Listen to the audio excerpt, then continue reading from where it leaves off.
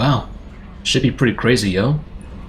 This is your Uncle TreeJam, and we are back with Mass Effect 2. Last time we finally obtained the name of the ship the Eclipse mercenaries used to smuggle Samara's target off of Illium. After providing proof of Pitney 4's illicit dealings, we left Illium with Samara in tow. So now she's a member of our crew. She's sworn an oath to help us out with the collectors. But it is worth noting that now we have some news that's pretty exciting for some Mass Effect fans. The Mass Effect Legendary Edition has come out. That being said, if you are watching this, you should know this is not the Legendary Edition of Mass Effect 2. This is just Mass Effect 2 with one version of the Allot mod, and that is it. So we are pretty much in Classic ME2. If you're looking for Legendary Edition content, go elsewhere. This channel does not cover it for now. But for the time being, we do have time to debrief with some of our crew members, and I think it's time to talk to Urdnot Grunt. Or rather, in this case, Grunt. He's not quite a member of Clan Urdnot just yet, but we can help him along with that direction. But it's been a while, so let's go ahead and talk to Kelly Chambers and make sure that we go through some of the old dialogue as well, because enough time has passed between the last episode and this one. How may I help you, Commander? Is there anything I should know? You have unread messages at your private terminal. Grunt seems very anxious, pacing down in the cargo hold. You might want to check in on him. Anything else, Commander? That'll be all. Take care. Let's go ahead and take a look at our messages real quick. This is actually from Kate Bowman. Actually...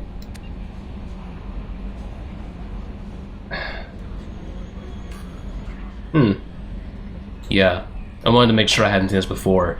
But if you remember from Mass Effect 1, we did the Bring Down the Sky DLC. We actually saved Kate Bowman and the rest of the hostages for that DLC. Balak is still at large, and we're going to be meeting him again in Mass Effect 3. Shepard, I called in some favors and found out how to get you and what you're working on. Or get you and what you're... Oh, excuse me. We've got a big celebration planned for the anniversary of you and the others saving Terra Nova.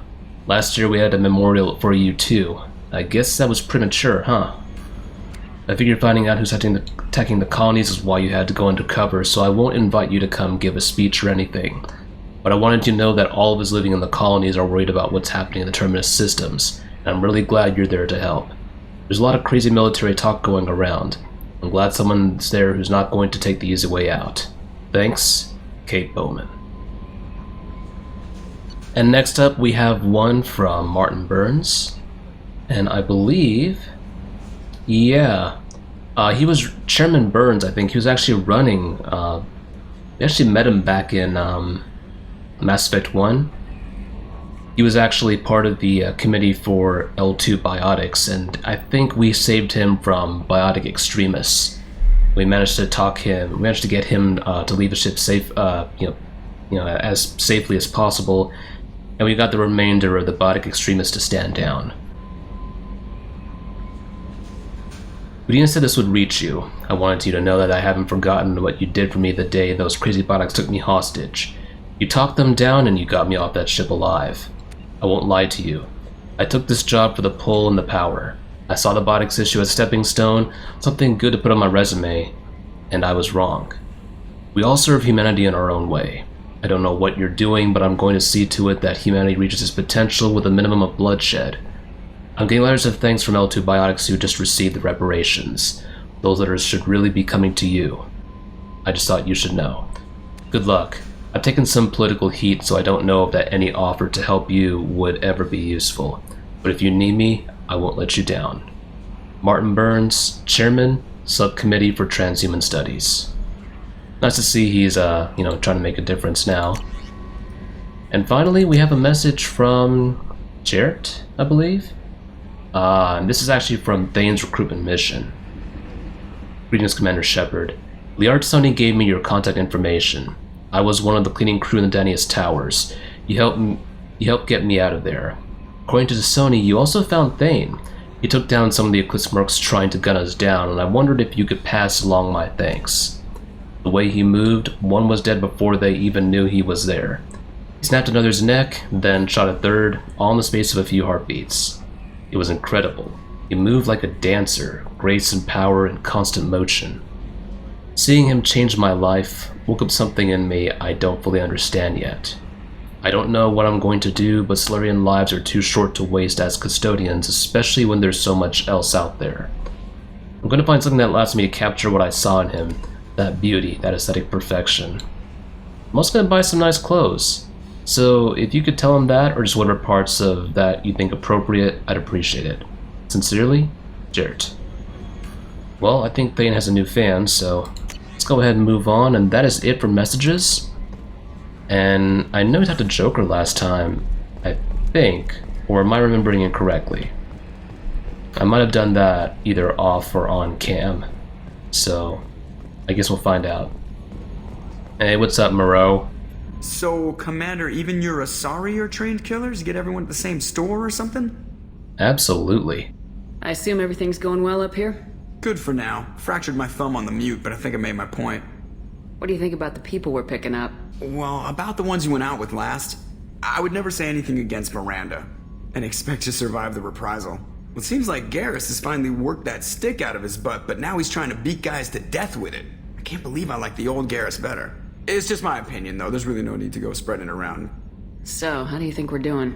Well, the Normandy's not as ready as she could be. There's always more we could upgrade. And as for the crew, you'd have to ask a people person. That's it for now. See you, Commander. It's funny because it's actually, it's been a while since I played Mass Effect 1, so even going through some of the messages, I kind of had to like stop and think, it's like, do I remember you from someplace else, or the memory wrong? But it's okay. I think for now, we've gotten through, well, we actually gotten through Joker's last recruitment reaction, so to speak. But he does have some loyalty mission reactions, and speaking of loyalty missions, we do have one coming up. Like I said, I want to do Thane, or not Thane actually, wow, not Thane's, but Morden.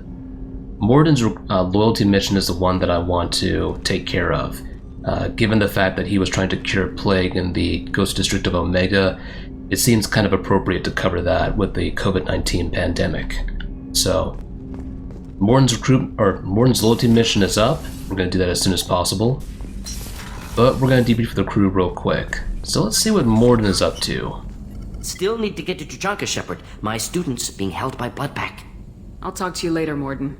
We'll be here if you need me. And I forgot, of course, that you can't really talk to him about that when the loyalty mission is still fired off. But let's take a look here. I think I want to double check and make sure we didn't miss anything. I'm putting off the ship upgrades for now. We're not going to need them until the suicide mission. So we've got some time. Alright, let's go ahead and head down. And we are going to go and... let's see. We need to talk to Grunt, but let's go ahead and meet with Samara. She is our newest crew member, so we can talk to her about her past and about her work as a Justicar. And as you can figure, because we are playing a Mass Effect game, it's going to take several conversations to really go through it all. I think Rolston and Patel have nothing to say for now, so let's move on. And now we can say hello to Samara and see, or find out more about her character. And eventually we will get her loyalty mission, but for now, we're gonna have to spend some time talking to her before she'll give that to us. But first, let's talk to Edie. What's this area of the ship? This is one of the ship's observation decks. They provide a sweeping outside view for off-duty personnel. This room is a structural weakness. Any transparent material is weaker than our armor. The elusive man predicted you would object. In combat, the observation rooms are sealed and depressurized. Sheets of ablative armor are extended to cover the windows. Alright, well, I guess they've been taking care of that. Good thing.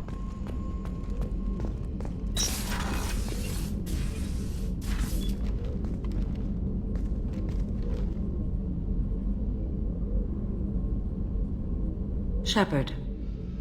I also want to note, it's kind of funny that they have one for Miranda and Jacob, but not for their teammates. So I know that there was some plans back where they were trying to figure out being able to recruit squad mates in a different order. I think there were plans to have Samara a little bit earlier on, which, if you delve into the files, you can probably find dialogue lines for some of the earlier missions we go on. But let's go ahead and ask anyway. What are your impressions of Miranda and Jacob? Jacob is an earnest young man. Events will either forge him into a great man or utterly destroy him. Miranda is undoubtedly a hard woman. I respect her strength and determination. She carries many burdens and doesn't share them with others, as it should be. How do you think our mission is going? Building our forces is a good strategy. However, the time to strike is coming soon. Do you have any suggestions about using some of the resources we've gathered? I believe I can use some of them to increase our fuel reserves so we can explore further. Shall I tell you what is required? Show me what it would take. And so I believe we can go ahead and put this off for now, because I don't plan to be flying out to any areas just yet. We're definitely going to need to consider fuel as we move into clusters and have to move between different systems. But this is what Samara gives us. Gives us 50% fuel capacity. Engine refitted with Heat Industries design helios thruster module. But we're not going to get that just yet, although I could. It's 3,000. Let's put that off for now.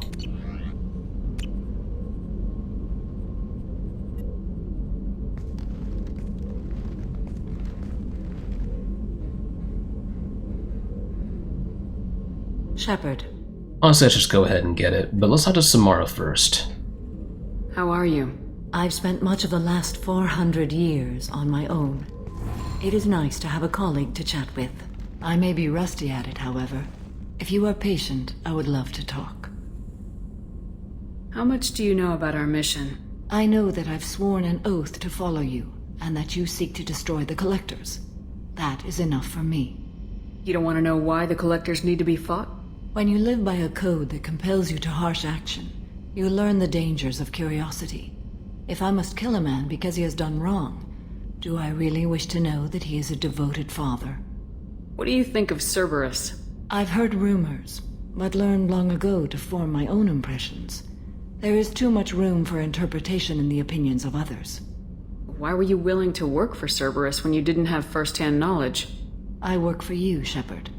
Our methods may be different, but our goals are not. Just put a lot of trust into us. I guess it really made an impression when we honored our end of the bargain and found out about Samara's quarry. I'd like to hear more about the criminal you were chasing on Nos Astra. I hope you will understand if I wish to avoid this topic. It is deeply tied to my code and beliefs. You might say it is personal. I need to know if this will impact the mission. It will not. I should get back to work. It has been my pleasure, Commander. Alright, and for now, that's all I really want to go through with Samara.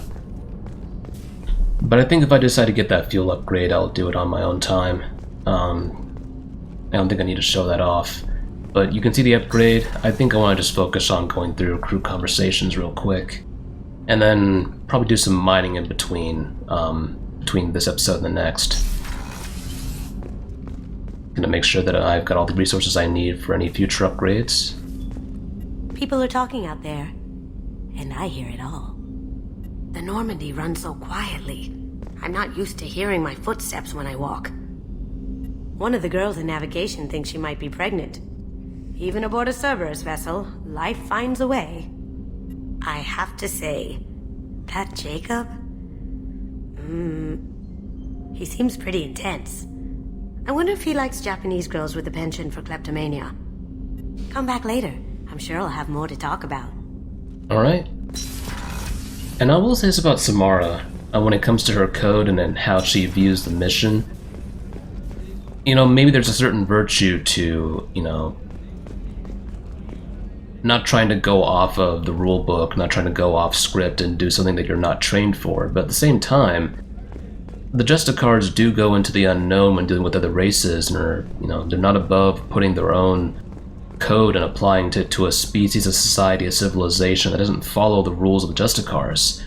So, I mean, you can look at that and see it as arrogance on the part of Justicar leadership, or maybe even Asari leadership, but, you know. Yeah.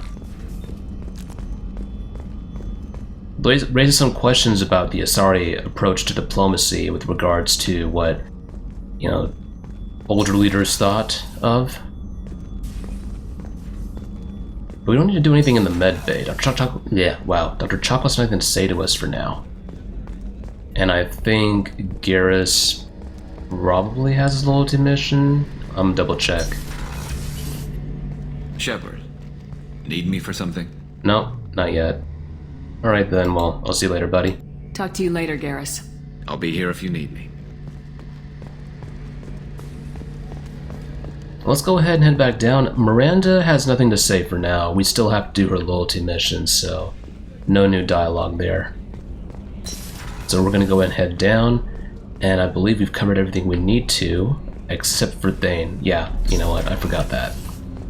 Sorry about that. Let's find out more about Thane Krios. Now that we've had a mission go by, he should have a new cycle of dialogue for us.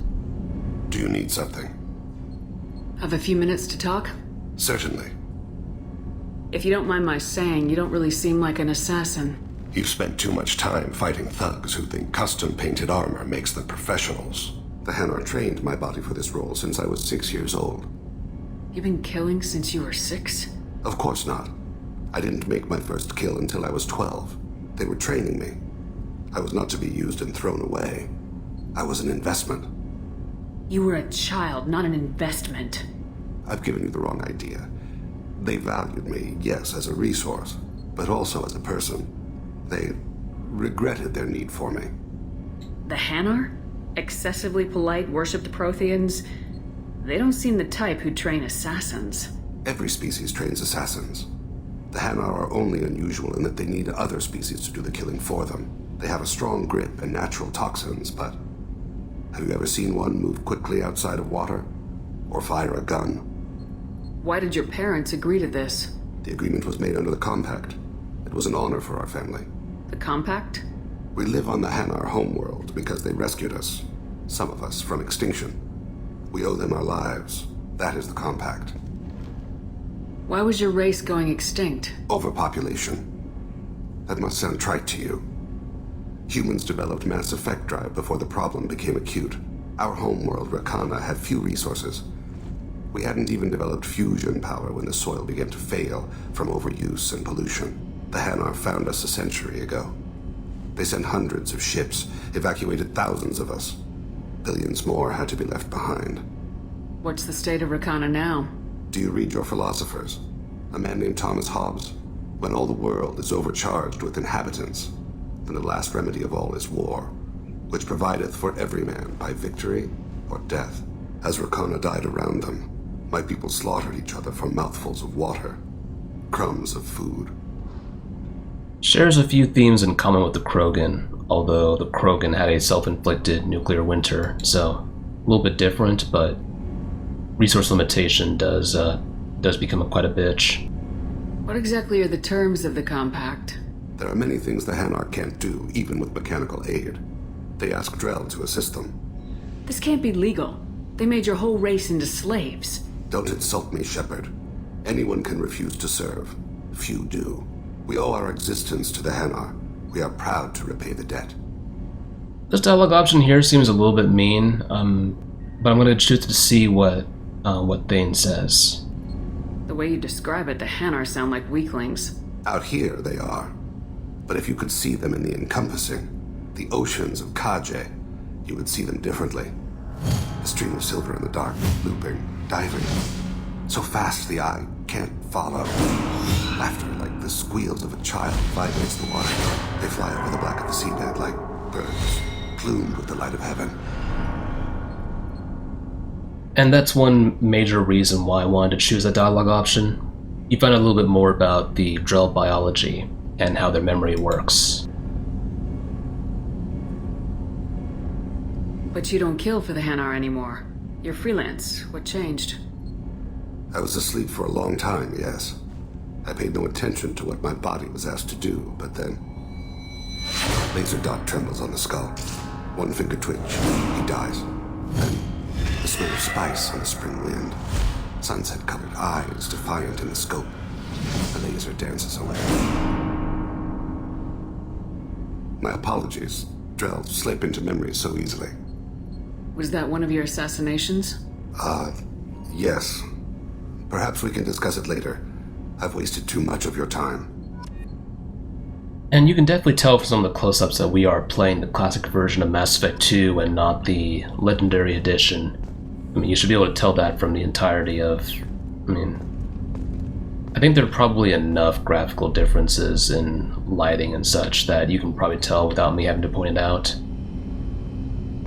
But, you know, back when Thane was saying the Hanar's need for him as an assassin, they may have regretted their need for him, but they still trained him. So the Hanar have to take responsibility for the fact that they did that. I mean, you can't just say, oh, well... And I'm not, you know... That's all I'm going to really say, to be honest. You can't really just, you know, push it off and say, oh, well, you know, he's trained to be an assassin, that's the way they do things. Yeah, but the Hanar have to accept responsibility for having done that. His Hanar superior has to accept that responsibility. You know, that is on them. But anyway, let's move over to engineering. And of course, I'm not saying that, you know, Thane doesn't have... Thane has a unique take on how responsible he is for his killings, and I think this is one of those things, at least personally for me, it's one of those things you have to agree to disagree with. I mean, Thane is capable of making, you know, his own judgments independent of just, you know, reflex, as he describes it. But I'll leave it there for now. Thane can actually answer to that in the future, and he can talk more about that and how he approaches killing. And I'm gonna let Thane kind of, you know, talk for himself rather than me trying to speak entirely for him. So, stay tuned. Chambers said you're tearing up the place. Something wrong? Something is wrong, Shepard. I feel wrong. Tense. I just want to kill something.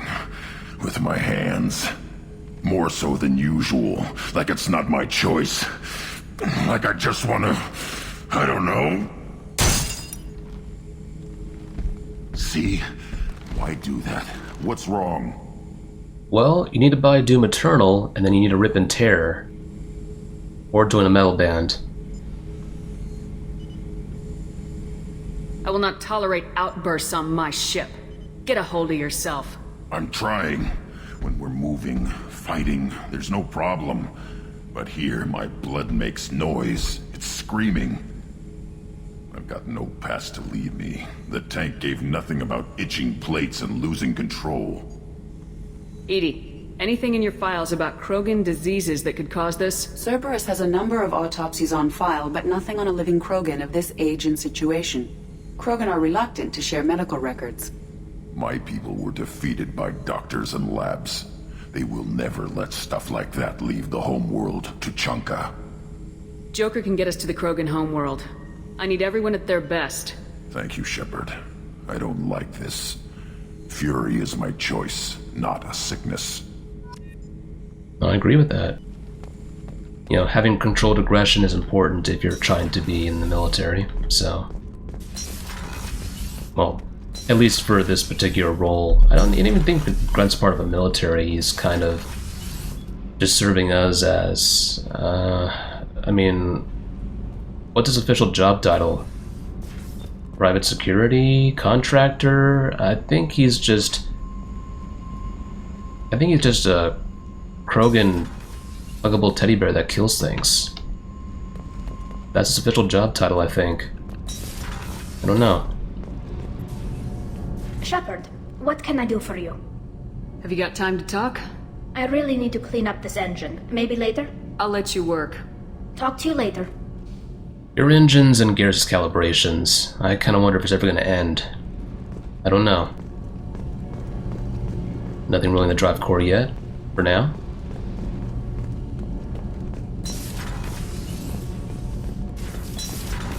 Oh no, if I fucking messed up an ambient dialogue between Daniels and Donnelly, then... Oh, you know what? If I did mess it up, I'm gonna go ahead and load from a save and cut that in here. Oh well. I think Jack has her loyalty mission. In fact, I'm pretty sure she does. Let's go ahead and make sure. Yeah.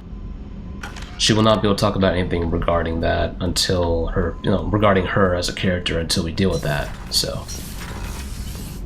Alright. And last but not least, I think the first episode we're going to talk to Zaid and then cut it off. And then next time we'll be tackling Morden's loyalty mission. And I'll be able to do some mining for resources in between episodes. Thinking about past missions. Got a minute? You might learn something. I knew this girl once, Asari. Good head on her shoulders. We had this whole thing going until she sold me out to the Blood Pack. Put a sour note on the relationship. Doesn't matter who you are. You got a gun in your face, chances are good you'll do what the other man says. Only two types don't buckle at that point. Trained killers and psychopaths. A lot of people can't tell the difference. I should let you go. Talk more later, Shepard. Alright. Let's go ahead and head this way. I think I got everything. Talked to Tally, Jack's got her mission, we got his mission just now. Done with Zaid. Miranda's got her mission, Garrus has got nothing. Talked to Samara, talked to Thane, talked to Kasumi. We even checked to make sure that there was no dialogue between Rolston and Patel. Jacob and Morden. I mean, Jacob's got his mission, he's not going to offer anything for us until we deal with that. And I've got a lot to say about Jacob's loyalty mission, but I have to save it until I get to that point. But let's actually go back to the CIC, and I think this is a good stopping point for the episode. Next time we pick up, we're going to tackle Morden's loyalty mission, but until then, I just want to go ahead and say thank you guys for tuning in. This is a great TreeJam. Just want to wish you guys a happy day, night, evening, afternoon, wherever you might be in this universe or the next. So, for now, I'm going to spend some time getting resources, making sure that we're filled out, and we'll see if we do anything, well, if I do find something new, in terms of upgrades, I'll let you guys know. But for now, stay safe, have a good one, and I'll see you around.